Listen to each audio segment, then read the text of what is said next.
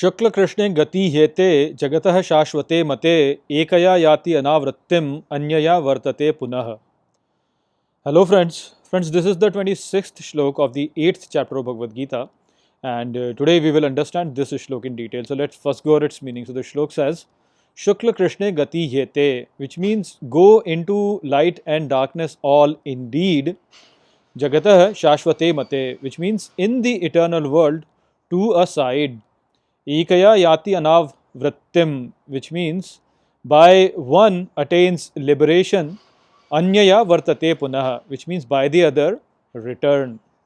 So now Sri Krishna is concluding the messages that he presented in the last two shloks, and what he is saying is that the movement towards light or darkness is happening indeed. There is no way to stop it. It is happening.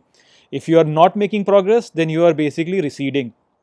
So the movement towards darkness or light is indeed happening in this world, which is eternal. So in one direction, if you go, then you will attain liberation from this world.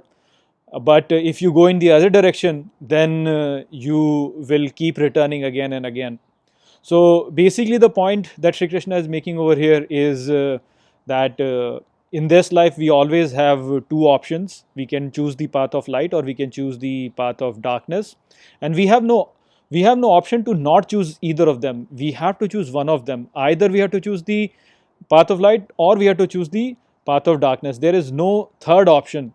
And if you were to choose the path of light, then you will attain liberation. If you were to choose the path of darkness, then you will be stuck in this world to return again and again and again. Now, you have to also understand that this movement is not a very instant movement. It's not like it just happens by itself. It is a very slow process. It happens slowly over many lifetimes. So, in this world, we are going through many lifetimes, and we are moving in either the direction of light or the direction of darkness. And it all depends on the choices that we make in our life. We can choose the path which is the path of light, or we can choose the path which is the path of darkness. But we have no option to not participate in any of that in this world. We have to choose one or the other. Now, in this world, if you were to look at people, then 99% of the people actually are living in darkness. Although people might say that we have a lot of faith in the absolute God or the divine, but in reality they do not really have much faith in the divine.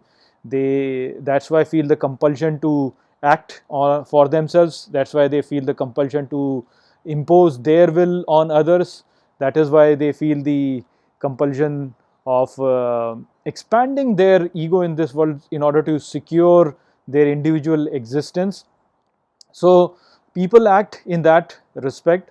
Now the divine is all the time sending signals to us to act in the manner which is in the direction of light, but most of the time we disregard that indication or that sign, and instead we put more emphasis to our own selfishness, and we act in that manner. And when we do that, then of course we keep on moving in the direction of darkness, and we are not ever able to go beyond the petty things of life and look at the thing that really matters, which is to be one with the divine which is present inside us and act in conjunction with him.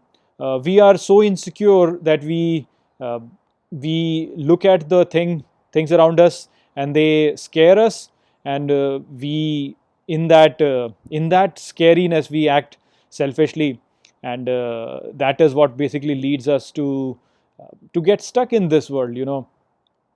If we were to become free from fear and doubt and were to just listen to that divine who is speaking all the time inside us, then the path of brightness will always be self evident to us.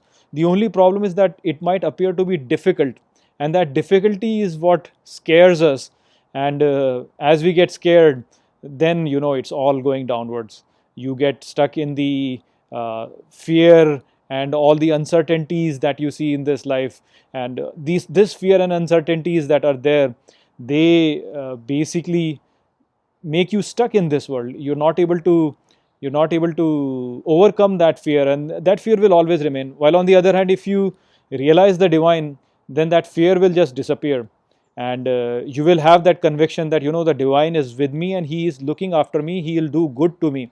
Whatever is looking in front of me as a task which is difficult or which is going to be painful, it is not really that painful. It is just a indication by the divine for me to act in that manner, as this is what is going to give me credit. So you will believe in the divine, and then you will go and take the difficult path. And as you will take that difficult path, you will become stronger and stronger and stronger and stronger, and your conviction will also become strong, and the fear will also disappear. You'll know that nothing is going to happen to you. It's all fine. No matter how difficult things become, it's all fine. You will develop that kind of an attitude. And as you develop that attitude, you will move up and up and up into the path of brightness, into the path of light, into the path of knowledge, and that is what will liberate you from this world. It's a slow process, but it will happen. So this whole process of things developing in time like that is why in the 23rd shlok Shri Krishna said that I'm going to tell you the time during which you can attain liberation. So that time was basically this time that takes you to develop this insight. So I hope that I have explained this shlok well to you. With that, I'll close this video. I'll see you all in the next video. Take care.